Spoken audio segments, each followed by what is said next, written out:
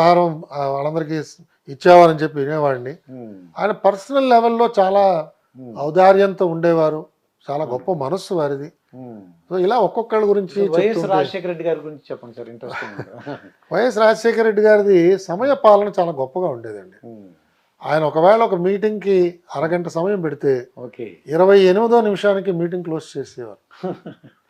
కరెక్ట్గా ఆ మీటింగ్ అయిపోతుంది అని మనం ఎక్కడ అనుమాన పడవలసిన అవసరం లేదండి. ఆయన 10ంటికి సమావేశం అంటే 5 నిమిషాల ముందే వచ్చి కూర్చునేవారండి. ఇన్ఫ్యాక్ట్ ఆయన మొట్టమొదటి సమావేశం అలాగే జరిగిందండి. మొట్టమొదటి ఫస్ట్ మీటింగ్ ఆయనతో జరిగినప్పుడు మేమందరం కూడా అటు తిరిగి ఇంకా కబుర్లు చెప్పుకుంటున్నాం. ఆయన రావడానికి టైం పడుతుందండి, ఏదో మనకి టైం అయితే చెప్పారు 10ంటికి ఎక్కడ వస్తారులే ముఖ్యమంత్రి గారు అని మేము అందరం అటు తిరిగి ఏదో మాట్లాడుకుంటున్నాం. మాలో మేము, ప్రధాన కార్యదర్శి గారు, మేము అందరం కూడా ఒక్క నిమిషం ఎవరో వెనక్కి చూడంగానే ఆయన వచ్చి కూర్చున్నాడు ఆల్రెడీ. ఆ విధంగా రాజశేఖర రెడ్డి గారు ఉండేవారండి. ఆయన సమయ పాలన అంటే సమయ పాలన. ఒకవేళ ఆయన నిర్ణయించిన సమయంలో ఆ సమావేశంలో తీసుకోవాల్సిన నిర్ణయం తీసుకోలేకపోతే ఆయన క్లియర్గా చెప్పేవారండి, మనం ఇవాళ అనుకున్న సమయం అయిపోయింది, మీరు మళ్ళీ తయారవ్వండి, మీరు ఎప్పుడు కావాలంటే అప్పుడు నేను మళ్ళీ ఇంకో సమావేశం పెడతాను, ఇవాళ ఇంతటితో సమావేశం ముగించేద్దాం అని చెప్పేసేవారండి. అంటే సమయానికి ఆయన ఎక్కువ ప్రాధాన్యత ఇచ్చేవారు.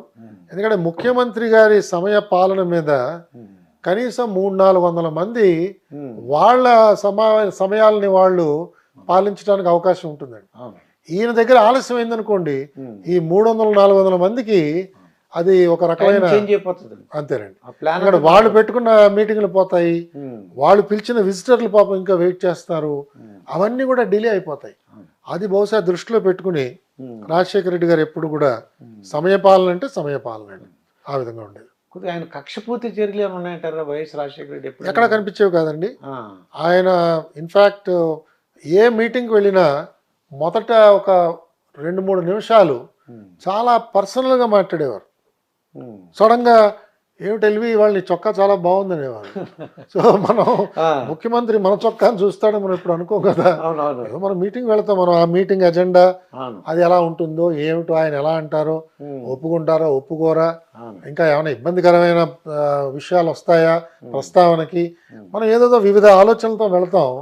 ఆయన ఉన్నట్టుండి చూసి ఏంటి ఎల్వి నువ్వు సనపడిపోయి ఏమిటి అని అడిగేవారు. మనం దానికి కొంచెం ఉక్కిరి బిక్కిరి అవుతాం, మనం ఎక్స్పెక్ట్ చెయ్యం. అందులో మేము అంతకు ముందు చంద్రబాబు నాయుడు గారి దగ్గర పనిచేసాం. ఆయన చాలా చాలా ప్రొఫెషనల్గా ఓన్లీ ఎజెండా దాని మీద ఆయన ఉంటారు, అటు ఇటు వెళ్ళే ప్రసక్తి ఉండదు.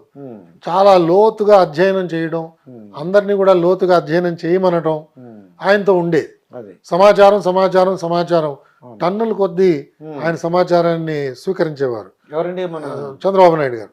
సో మేము అట్నుంచి మేము రాజశేఖర రెడ్డి గారి దగ్గరికి వచ్చేటప్పటికి ఈయన టు ద పాయింట్, మన అభిప్రాయం ఏమిటో తెలుసుకునేవారు.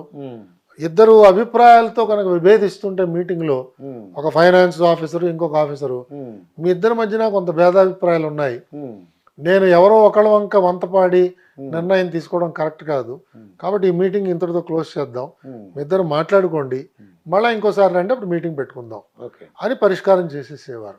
So very practical, time conscious, ఇన్ఫార్మల్గా ఉండేవారు, నవ్వుతూ కూర్చునేవారు, చాలా సూక్ష్మంగా ఆయన గ్రహించేవారు మనం చెప్పిన విషయాలు, దానికి ఉండే పర్యవసనాలను వెంటనే ఆలోచన చేయగలిగేవారు. సో ఆయన ఒక రకమైన శైలితో రాజశేఖర రెడ్డి గారు ఉండేవారు. ఇలా ఒక్కొక్క చంద్రబాబు నాయుడు గారు అంటే అదే చెప్పాను, చంద్రబాబు నాయుడు గారు ఎంత సమయం అయినా కూడా దాన్ని చాలా లోతుగా పరిశీలన చేసేవారు.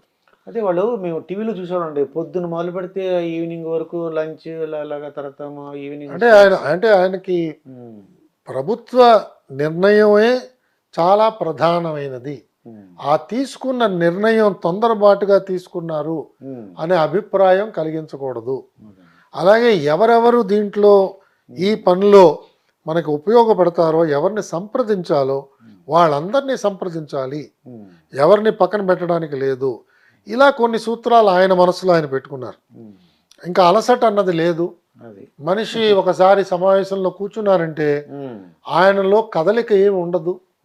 ఒక కుర్చీలో ఒకలా కూర్చున్నారంటే ఆ 3 గంటలు 6 గంటలు అదే పోస్చర్లో మీటింగ్ అంతా కూడా ఆయన చేస్తారు. అది. అంత ఓపిక. ఆ విధంగా సమావేశాల్లో ఆయన ఉండేవారు. ఉమ్. రాత్రి అయిపోయింది, 12 అయింది. ఉమ్. ఆ టైంలో కూడా ఇంకా డీటెయిల్స్ అడుగుతూ ఉంటారు ఆయన. ఉమ్. ఏదో ఒక నిర్ణయం తీసేసుకోవచ్చు కదా ఆ. అనే ధోరణి ఉండదు. అది. అది ఆయన శైలి. ఉమ్. ఆ విధంగా చేసేవారు. అలాగే ఇంకా ఏమన్నా ఇంప్రూవ్మెంట్ చేయడానికి స్కోప్ ఉన్నదా, లేదా ఇదేనా, ఇది అంతిమ స్థాయికి మనం చేరామా, ఉమ్. ఇంకా ఏమైనా ఇంప్రూవ్ చేయొచ్చా, ఇంకా ఏమన్నా దీంట్లో నగిషీలు చేయొచ్చా, ఇంకా ఏమన్నా కొత్త అంశాలు ఏమన్నా చేర్చచ్చా, ఉమ్. అమలు చేసే ముందు ఇంకా ఏమైనా ఆలోచన చేయొచ్చా, ఉమ్. వాళ్ళని సంప్రదించచ్చా, వీళ్ళని సంప్రదించచ్చా, ఉమ్. ఇలాగ బహుముఖంగా అవును. ఆయన ఆలోచన చేసేవాడు. అది ఆయన శైలి. అవును. ఇలా ఒక్కొక్కళ్ళది. మా జగన్మోహన్ రెడ్డి గారి ప్రస్తుత జగన్మోహన్ రెడ్డి గారి స్టైల్ ఎలా ఉందంట? ఆయన ఏంటంటే ర్యాపిడ్ ఫైర్ అండి. ఆ. ఆయన నాకే చెప్పారు ఒకసారి లిఫ్ట్లో ప్రయాణం చేస్తున్నప్పుడు, ఉమ్. "ఆ, అన్నా ఆ. ఇప్పుడు మనం ఇదంతా T20 ఆడుతున్నాం. ఇది T20. ఇంత పూర్వంలో లాగా లిమిటెడ్ ఓవర్స్ కాదు, టెస్ట్ మ్యాచ్ అంతకుండా కాదు. ఉమ్. ఇది T20 క్రికెట్ మ్యాచ్. ఉమ్. ఏ రోజుకి ఆ రోజే మన పర్ఫార్మెన్స్" ఉమ్. అనే ఒక దృక్పథంతో ఆయన ఉండేవారు. అవును. దాంతో ఏదో ఒక నిర్ణయం త్వరగా తీసేసుకోవాలి. అది. అంతేగాని ఉమ్. ఈ నిర్ణయం బాగా నలగాలి, నలుగురిని సంప్రదించాలి, ఉమ్. అందరినీ తెలుసుకోవాలి, అందరి అభిప్రాయాలు తెలుసుకోవాలి, ఉమ్. ఇంకా లోతుగా పోవాలి. ఇతనికి అనుభవం ఉందా, మనకు సలహా ఇస్తున్న వాడికి అనుభవం ఉందా, ఉమ్. ఇతని బ్యాక్గ్రౌండ్ ఏమిటి, ఉమ్. ఈ బ్యాక్గ్రౌండ్లో ఎవరికి మంచి అనుభవం ఉన్నది, వాళ్ళని సంప్రదిద్దామా, ఉమ్. ఇలాంటి ఆ దూరపు ఆలోచన నాకు కనిపించలేదండి. ఉమ్. ఒక నిర్ణయం తీసుకోవాలి, అది. నీకు బాగా తెలుసని నేను భావిస్తున్నాను కాబట్టి నిర్ణయం తీసేసుకోవడమే. తీసుకోవడం. కొన్నిసార్లు ఆయన ముందుగానే ఆలోచన చేసేవాడు, ఉమ్. మరి ఆ నిర్ణయం మంచిది అని భావించేవాడు, ఉమ్. ఆ నిర్ణయాన్ని ప్రకటించేసేవాడు. అది. సపోజ్ మనం దాన్ని ఏమన్నా సవరణ చేయడానికి ప్రయత్నం చేస్తే ఆ. అది వద్దన్నా అది పక్కన పెట్టేసి అది అయిపోయింది అలాగూ, ఇంకేమైనా ఉంటే చెప్పు అనేవారు. అది. సో ఆ విధంగా ఈయన క్విక్ డెసిషన్ మేకింగ్, అవును. ర్యాపిడ్ ఫైరింగ్ లాగా ఉండేది ఈయనతో. అవును. అన్నీ త్వరగా నిర్ణయాలు చేసేసేయాలి. ఉమ్. అంత త్వరగా నిర్ణయం చేసిన తర్వాత అమలు చేసినప్పుడు సమస్యలు వస్తాయేమో కదా ఆ. అని మనం చెప్తే ఆ తర్వాత చూద్దాం, అమలు చేసినప్పుడు చూద్దాం ఓకే. అనేవారు. కానీ ఉమ్. అందుకే మనం చూస్తున్నాం ఆయన ప్రభుత్వంలో ఉమ్. అనేక ఆర్డర్స్ కోర్టు కొట్టేయడం కానీ, అవునండి. స్టే ఆర్డర్స్ ఇవ్వడం కానీ అలాంటివి జరుగుతున్నాయి. జరుగుతున్నాయి. అవన్నీ కూడా ఎప్పుడు లేని విధంగా అండి. అవన్నీ కొంచెం మరి ప్రభుత్వానికి అది పరాభవం కింద భావించాలి ఉమ్. యాక్చువల్గా. ఉమ్. బట్ ఆయన దృష్టి ఇలా ఉంటుంది, ఆయన ఆలోచన అలా ఉంటుంది. అది ఆయన శైలి అండి. అంటే మార్నింగ్ ఎన్ని గంటలు వేస్తారంటారు ఇప్పుడు సీఎం గారు? అంటే ఒక్కొక్కళ్ళది ఒక్కొక్క రకమైన అలవాటు అంటే అండి. మీకు చూసుంటారు కదా అమ్మా. అంటే సుమారుగా 9:30కి ఆయన మొదట కలుస్తారండి, 9:30కి సుమారుగా అప్పట్లో. అంటే చాలా మంది ఏమంటారంటే పొద్దున్నే 5 గంటలు లేస్తారు, ఎక్సర్సైజ్ చేస్తారు.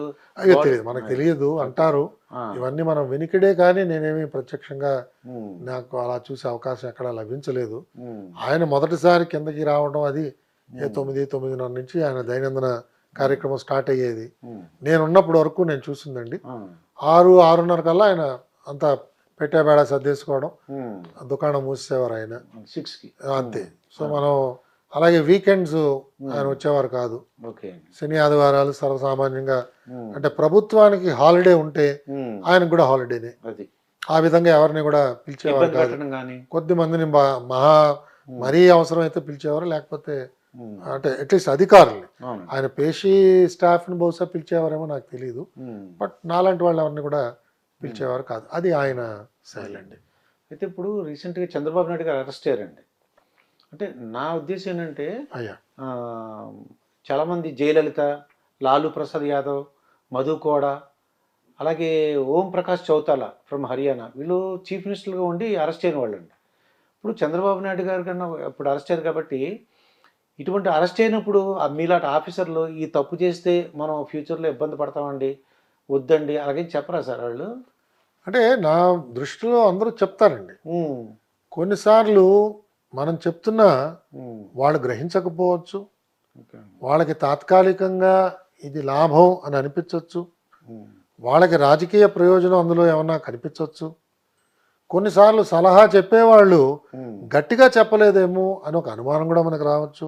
ఉమ్. ఇలాంటి అనేక అవకాశాలు ఉన్నాయండి. ఓకే. ఎందుకంటే అక్కడ ఉన్న అధికారులందరూ అనుభవంతో ఉన్న వాళ్ళే ఉంటారు.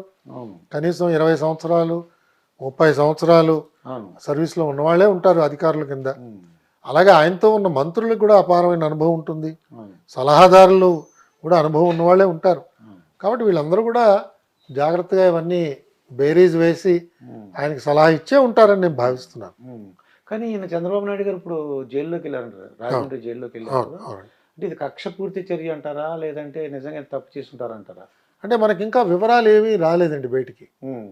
ఇవాళ ఇంతవరకు మనకు తెలిసిన వివరాలు ఉమ్. చాలా పాక్షికంగా ఉన్నాయి. అంటే ఆ సంజయ్ అని ఏపీ సిఐడి చీఫ్ ఏం చెప్తారంటే అవును. 16 చోట్ల సంతకం పెట్టేశారు. ఇప్పుడు సంతకాలు పెట్టవలసిన అవసరం ఉంది. ఉమ్. ముఖ్యమంత్రో కార్యదర్శులో మంత్రుల్లో పెట్టవలసిన అవసరం ఉంది. ఉమ్. సంతకం పెట్టాడు కదా అని చెప్పి మనం నిందితుడి కింద మార్చటం అది సబబుగా లేదు. ఉమ్. మనం ఇంకా లోతుగా చూడాలి. ఒకటి. రెండు, అసలు ఇన్వెస్టిగేటింగ్ ఏజెన్సీస్ యొక్క పరిధి ఏమిటి, ఉమ్. ఎంతవరకు వీళ్ళు ఇన్వెస్టిగేట్ చేయొచ్చు?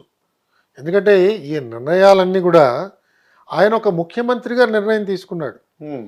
అంటే ఒక ముఖ్యమంత్రి తీసుకున్న నిర్ణయాన్ని ఉమ్. ఆయన కింద పనిచేసే సిబ్బంది ఎలా ఇన్వెస్టిగేట్ చేస్తారు? ఉమ్. ఇది విరుద్ధంగా కనిపిస్తోంది. అవును. మన రాజ్యాంగంలో ఉన్న ఏర్పాటు ఏమిటంటే ఒక ఎగ్జిక్యూటివ్, ఉమ్. ఒక లెజిస్లేచరు, ఒక జుడిషియరీ. అవునండి. దీన్ని సెపరేషన్ ఆఫ్ పవర్స్ అని అంటాం మనం. ఉమ్. సో ఒక ముఖ్యమంత్రి గారు తీసుకున్న నిర్ణయం లేదా ఒక ప్రభుత్వ నిర్ణయం ఉమ్. అది రాజ్యాంగబద్ధంగా ఉన్నదా లేదా అన్నది ఒక కోర్టు నిర్ణయం చేస్తుంది. అవునండి. అంతేగాని ఒక పోలీస్ ఆఫీసరు, ఉమ్. అది ఏ డిపార్ట్మెంట్ అయినా కూడా ఆయన స్వతహాగా ఆయన ఒక పోలీస్ ఆఫీసర్. ఆయన సిఆర్పిసి ప్రకారం ఇన్వెస్టిగేట్ చేస్తున్నాడు, ఉమ్. ఆయన ఐపీసీ ప్రకారంగా ఇన్వెస్టిగేట్ చేస్తున్నాడు. అవును. ఐపీసీలో ఉన్న నేరాల్ని ఉమ్. రుజువు చేయడానికో అవునండి. ఉన్నాయో లేదో చూడటానికో పరిశీలన చేస్తున్నాడు. ఉమ్. సో ఈయన కింద పనిచేస్తున్న శాఖాధిపతులు ఉమ్. ఈయన ఎలా ప్రశ్నిస్తారు? ఉమ్. కాబట్టి ఇది రెండు రకాలుగా చూడాలండి. ఒకటి, వీరు తీసుకున్న నిర్ణయాలు లోపభూయిష్టంగా ఉన్నాయంటే ఉమ్. న్యాయస్థానాలు చూడాలి. ఓకే. చూసి ఉమ్. ఈయన తీసుకున్న నిర్ణయం రాజ్యాంగబద్ధంగా లేదు, రాజ్యాంగంలో పొందుపరిచిన